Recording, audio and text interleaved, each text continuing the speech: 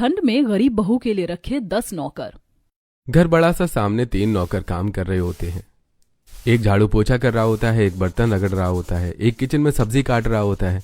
Drawing room में कमला देवी और प्रीतम सोफे पर बैठे शाम की चाय पी रहे होते हैं। प्रीतम जी, अब समय आ गया है कि हम अपने छोटे बेटे कार्तिक की भी शादी कर दें।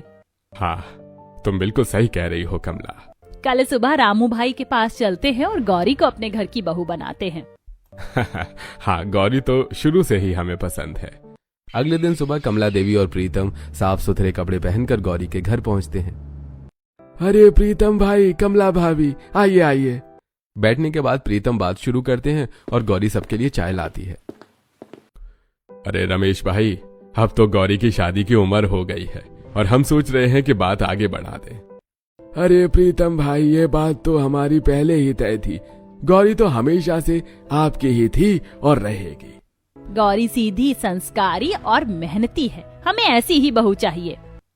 कोने में खड़ी गौरी सारी बातें सुनकर शर्म से मुस्कुराती है। कुछ दिनों बाद शादी धूमधाम से हो जाती है। सारा खर्च कमला देवी और प्रीतम उठाते हैं क्योंकि रमेश गरीब होते हैं। गृह प्रवेश के लिए पूरा घर सजा होता है। बड़ी बहू नेहा और दूसरी बहू शिल्पा तैयार खड़ी होती है और उनके चेहरों पर जलन साफ दिख रही होती है। जैसे ही गौरी गेट पर खड़ी होती है तो एक तो इस गरीब लड़की को हमने सहारा दिया और ऊपर से पता नहीं इसमें ऐसा क्या है जो पूरी शादी का खर्चा मम्मी पापा ने खुद उठाया। और मम्मी को देखो, कितनी चमक है उनके चेहरे पर। ऐसा लग रहा है जैसे उनकी बहू नहीं बेटी घर आ रही हो। सही कह रही हो, इतना शानदार स्वागत तो उन्होंने हमारा भी नहीं किया। ये गरीब लोग होते ही अटेंशन सीकर है। अभी तो शुरू हुआ है, आगे चलकर भी अपनी गरीबी का ढोंग करके मम्मी जी को अपने जाल में फंसा लेगी। दोनों खिलखिलाकर हंस देती हैं। गौरी पास खड़ी सब सुन लेती है। उसकी आंखों में थोड़ी नमी आ जाती है और वो कुछ बोलती नहीं। आजा बेटा, घर में स्वागत है। वो गौरी कलश गिराकर अंदर आती है। गौरी के चेहरे पर हल्की सी मुस्कान आ जाती है। अगले दिन सुबह का समय, ठंडी हवा चल रही होती है। बाहर कोहरा होता है। गौरी सुबह 4 बजे उठकर नहा धोकर तैयार हो चुकी होती है। उसने घर के मंदिर में घंटी बजाकर पूजा की धूनी फैला देती है। पूरा घर खुशबू से महक उठा है। सास पहले शिल्पा के कमरे में धीरे धीरे कमरे का दरवाजा खोलती है। अंदर बहू गरम कंबल में घुसी हुई फोन पर रील्स स्क्रॉल कर रही होती है। अरे बेटा, सुबह का समय हो गया, ठंड पड़ रही है। इसका मतलब ये नहीं कि पूरे दिन कंबल में घुसी रहो। नीचे जाओ, नाश्ते पानी को अभी देख लो। किसी ने अभी तक 1 कप चाय तक नहीं बनाई। मम्मी जी, घर में 3-3 नौकर लगे हैं, काम के लिए ही तो रखे हैं। अगर वो ये भी नहीं कर सकते तो फिर हम उनको पैसे किस बात के दे रहे हैं? जब देखो तुम्हें हर बात का जवाब चाहिए। नौकर लगे हैं, इसका मतलब ये नहीं कि घर की बहुएं बस रानी बनकर फोन चलाती रहें। नेहा मुंह घुमा लेती है। सास नाराज होकर बाहर निकल जाती है। फिर शिल्पा के कमरे में जाती है तो अंधेरा हो रहा होता है। वो अभी भी गहरी नींद में होती है। सास लाइट्स ऑन कर देती है। अरे बेटा, सुबह के 10 बज रहे हैं और तुम्हारा अभी तक उठने का टाइम नहीं हुआ। मम्मी जी, सुबह सुबह इतना क्यों चिल्ला रही हैं? अब नौकर रखने के बाद भी मुझे काम करना पड़ेगा क्या? जो करना है उनसे करवाइए ना। मेरी नींद क्यों खराब कर रही हैं? हद है दोनों की दोनों, काम चोर। शिल्पा फिर से कंबल ओढ़ लेती है। सास गुस्से में सिर पकड़ लेती है। सास बड़बड़ाती हुई आंगन में आती है जहां गौरी तुलसी को जल दे रही होती है। नौकर तो सबके घर में लगे होते, पर इसका मतलब ये थोड़ी है कि बहुएं बिल्कुल काम छोड़ दे। पता नहीं कैसी बहुएं मिली हैं मुझे। एक मेरी नई बहू गौरी बेचारी सुबह 4 बजे उठकर नहा ली, ऊपर से पूरे घर में पूजा की धूनी फैला दी, और ये दोनों कंबल के कीड़े बनकर पड़ी रहती हैं। गौरी शर्माते हुए मुस्कुराती है और सास के पांव छूती है। ऊपर कमरों में दोनों आलसी बहुएं उठकर बाहर देखती हैं। फिर से इस गौरी ने सुबह सुबह पूरा ड्रामा पूजा कर दिया। सासू माँ अब इसे देवी का अवतार बताएंगी। हाँ, और पूरा घर हमारी शिकायत से भरा होगा। नहीं होने का मतलब ये नहीं कि हर काम उसी को करना है। सासू माँ को तो बस इससे ही प्यार हो गया है। दोनों एक दूसरे को देखकर जलन भरी नजर देती हैं। अगली सुबह घर में तेज ठंडी हवा चल रही थी। गौरी धीरे धीरे सीढ़ियों से नीचे उतर रही होती है। उसके हाथ कांप रहे होते हैं। चेहरे ठंड सा लाल है और वो अपना पल्लू कसकर पकड़ कर रखती है। सास पूजा की थाली लेकर आती है और जैसे ही गौरी को हल्का कांपते हुए देखती है तो अरे बेटा गौरी, तू तो कांप रही है। चल, आज मैं तुझे बाजार से 2 अच्छे गरम स्वेटर दिला लाती हूँ। नहीं मम्मी जी, इसकी जरूरत नहीं है मेरे पास। चल बेटा, इसी बहाने मैं अभी थोड़ा घूम आऊंगी। महीनों से घर में ही पड़ी हूँ। चल, दोनों चलते हैं। गौरी हल्का सा मुस्कुराकर सिर हिला देती है। शिल्पा और नेहा सोफे पर कंबल ओढ़कर बैठी फोन स्क्रॉल कर रही होती हैं। साइड में नौकर सब्जी काट रहा होता है, दूसरा झाड़ू लगा रहा होता है। बेटा, जाकर रसोई में देख लो नाश्ता तैयार हुआ है कि नहीं। मम्मी जी, नौकर हमने काम करने के लिए ही रखे हैं। और वैसे भी मम्मी जी, हमें बहुत काम है। हाँ बिल्कुल, फोन चलाना भी बड़ा काम है ना। पूरे दिन मुझे ही निगरानी रखनी पड़ती है नौकरों पर। मेरे पैरों में इतना दर्द होता है, कम से कम मेरा ही ख्याल कर लिया करो। तो मम्मी जी, आपको किसने कहा है कि हर 10 मिनट में जाकर देखो नौकर क्या कर रहे हैं? किसी को घूमने फिरने की आदत हो तो इसमें हम क्या कर सकते हैं। गौरी चल बेटा, इनसे बात करना तो दीवार में सिर मारने जैसा है। सास गौरी का हाथ पकड़ती है और दोनों बाजार की तरफ चल देती हैं। पीछे दोनों बहुएं आंखें घुमाती हैं। लो फिर शुरू हो गया सास बहू का ड्रामा। बाजार में ठंडी हवा चल रही होती है। सास गौरी को 2 मोटे ऊनी स्वेटर दिलाती है, टोपी भी खरीद देती है। बेटा ठंड लगने पर कांपती मत रहा कर, कह दिया कर तू बहुत सीधी है। गौरी मुस्कुराती है। घर जाकर दरवाजा खुलता है। गौरी अंदर आती है। उसका चेहरा बिल्कुल जमा होता है, हाथ कांप रहे हैं और वो बहुत धीमे चल रही होती है।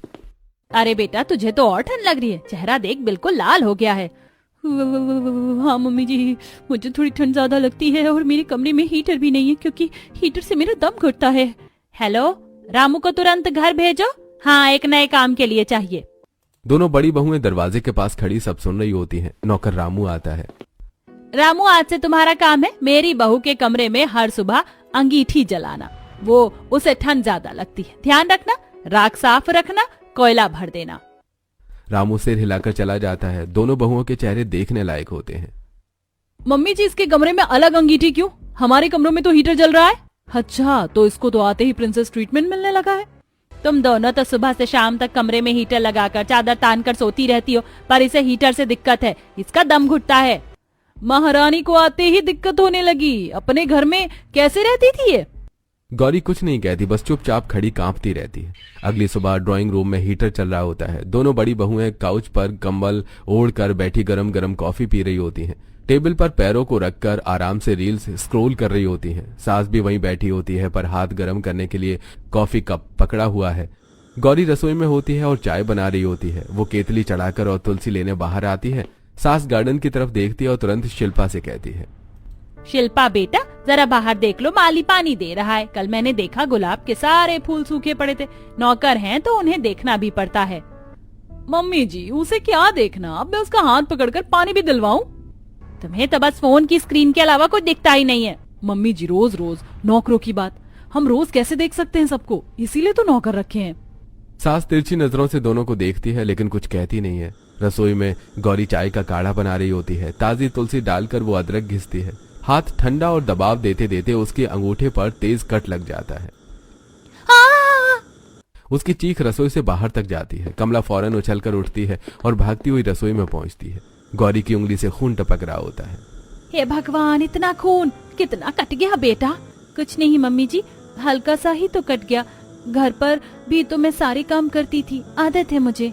हेलो, अब बशीर को भेजो तुरंत। हाँ, अभी इसी वक्त। 2 मिनट में नया नौकर आ जाता है। आज से तू काढ़ा, चाय, अदरक काटना, तुलसी तोड़ना सब काम करेगा। पूरे परिवार को चाय काढ़ा तू देगा, लेकिन सबसे पहले मेरी बहू गौरी को। गौरी चौंक कर देखती है। शिल्पा बुरी तरह से आंखें घुमाती है। महारानी के लिए नौकर पर नौकर आते जा रहे हैं, लगता है पूरा स्टाफ इन्हीं को संभालेगा। पता नहीं इस गरीब लड़की ने ऐसा क्या जादू कर दिया जो हम पढ़ी लिखी स्मार्ट बहुओं से नहीं हो पाया। पूरे घर का राज इन्हीं के ऊपर चल रहा है। अब दोनों हंसकर एक दूसरे को कोहनी मारती हैं। गौरी कुछ नहीं बोलती, बस शांति से अपनी चोट पर पट्टी बंधवाती है। डर मत बेटा, अब से तू कोई ऐसा काम नहीं करेगी जिससे चोट लगे। मैं हूं ना तेरे लिए। गौरी की आंखों में हल्की नमी चमकती है। अगले दिन पूरे घर में तैयारियों की हलचल होती है। कमला देवी को एक शादी में जाना होता है और उन्होंने सुबह ही कह देती है, आज शाम को सब लोग तैयार रहना, शादी में चलना है, देर मत करना। तीनों बहुएं अपने अपने कमरों में तैयार हो रही होती हैं। गौरी साड़ी पहनकर वो कार्तिक की शेरवानी प्रेस कर रही होती है। उसने पहले कभी एयर साड़ी प्रेस का उपयोग नहीं किया था। वो प्रेस करने की कोशिश करती है और अचानक प्रेस का गर्म हिस्सा उसके पूरे हाथ पर चिपक जाता है। उसकी चीख पूरे घर में गूंज जाती है। सास दौड़ती हुई गौरी के कमरे में आती है। अरे बेटा, ये क्या किया तूने? कल उंगली कट गई थी, आज पूरा हाथ जला लिया। मम्मी जी, मुझे प्रेस चलाना नहीं आता, मैं तो बस कपड़ा सीधा कर रही थी, अचानक प्रेस मेरे हाथ से फिसल गई और मेरा हाथ चिपक गया। कमला देवी उसका हाथ पकड़कर देखती है। पूरी हथेली जली होती है।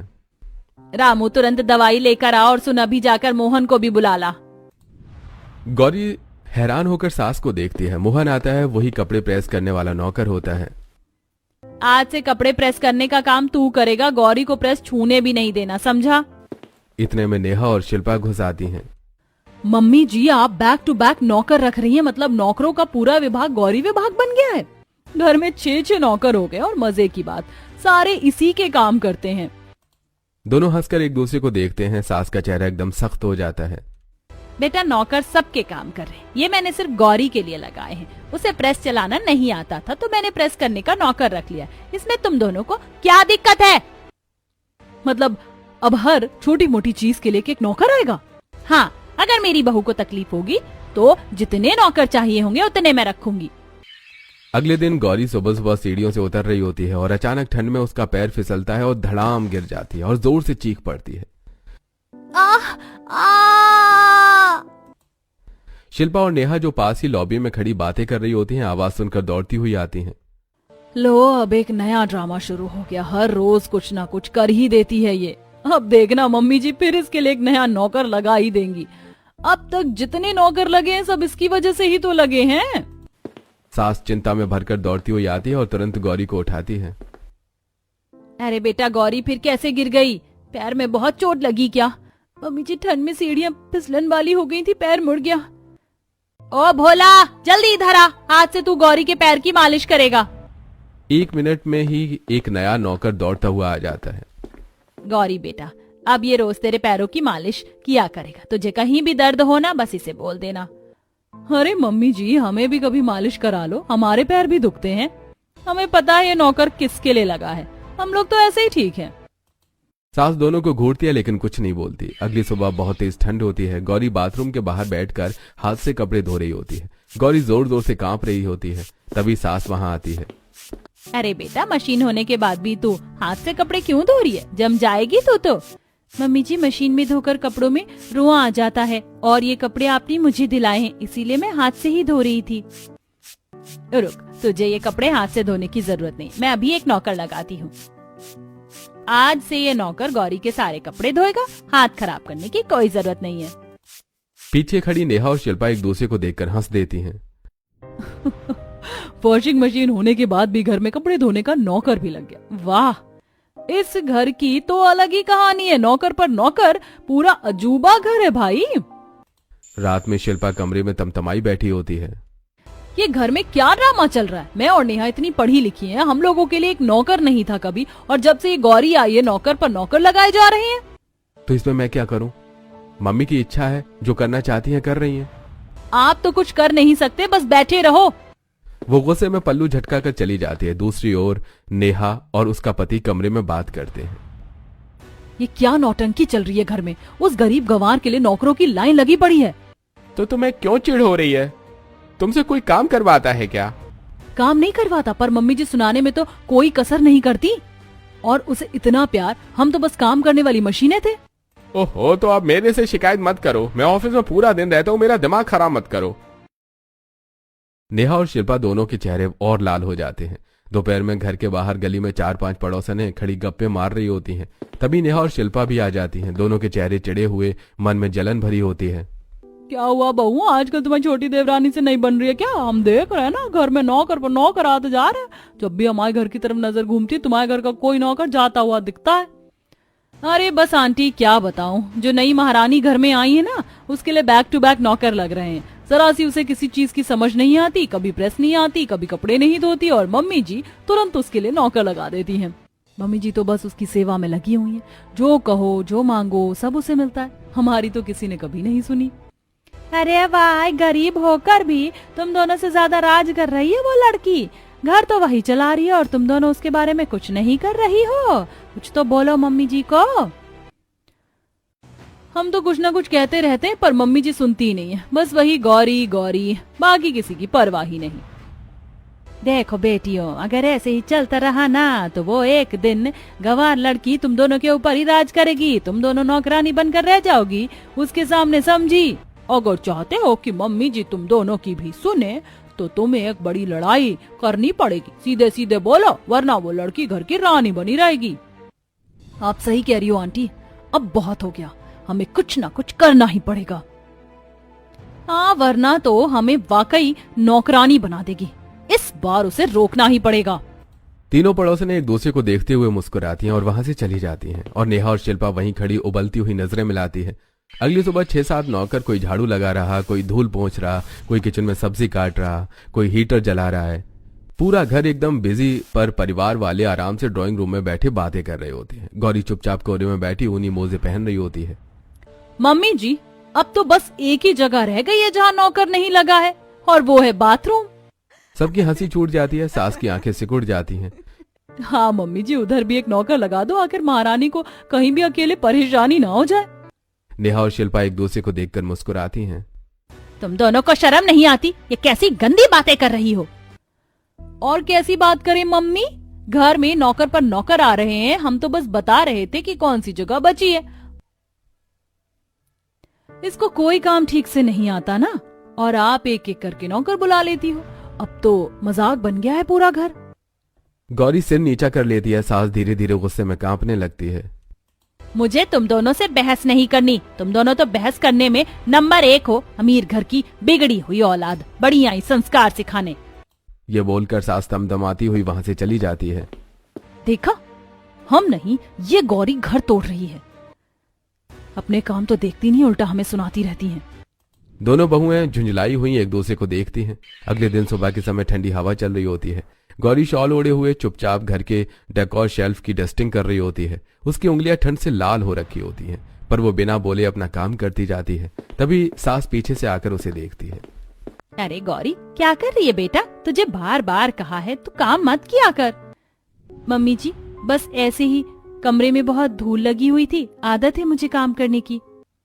हाँ, जुगनू को भेज देना, आज से डस्टिंग वही करेगा। गौरी बहू को ज्यादा ठंड लगती है। फोन करते ही नवा नौकर वहां घर में आ पहुंचता है, डस्टिंग का कपड़ा और स्प्रे लेकर। शिल्पा और नेहा ड्राइंग रूम में ये सब देख रही होती हैं। उनके चेहरे बिगड़ जाते हैं। गुस्से में लाल चेहरे के साथ अपने अपने कमरे में जाती हैं। अंदर से जिप खुलने पटने की आवाजें आने लगती हैं। 2 मिनट बाद शिल्पा और नेहा दोनों बड़े बड़े बैग लेकर बाहर आती हैं। बस मम्मी जी, अब हम इस घर से जा रहे हैं। पूरा घर सन्न देखता रहता है। अरे क्या हुआ तुम दोनों को एकदम से? एकदम से क्या हुआ मम्मी जी? 9 नौकर आ चुके हैं एक एक करके इस गंवार के लिए। गौरी सिर झुका लेती है, उसकी आंखें भर आती हैं। और आपको लगता है ये मामूली बात है? तो कौन सी बड़ी बात है इसमें? बड़ी बात? मम्मी जी, हम पढ़े लिखे हैं, फिर भी हमारे लिए कभी एक नौकर नहीं लगाया। लेकिन ये तो जैसी आपकी बेटी है। हमारी कोई इज्जत नहीं है इस घर में। सारा राज पट्टी इस गरीब के नाम कर दिया है आपने। सास गुस्से से नहीं बल्कि थक कर बैठ जाती है। तो तुम्हें इससे इतनी जलन क्यों हो रही है? और अगर जाना है तो जाओ। शिल्पा और नेहा एक कदम दरवाजे की ओर बढ़ाती हैं और दहरी पार करने की हिम्मत नहीं होती। उनके चेहरे पर डर होता है। वे एक दूसरे को देखती हैं और धीरे से बैग नीचे रख देती हैं। बाहरी औरतों के भड़कावे में आकर तुम लोग अपने घर का माहौल खराब कर रही हो। हम अभी नहीं जा रहे, लेकिन मम्मी जी, ये सब ज्यादा दूर नहीं चलेगा। और हाँ, आप खुद तो कोई काम करती नहीं, ऊपर से नौकर लगाने में भी इतनी खुशी।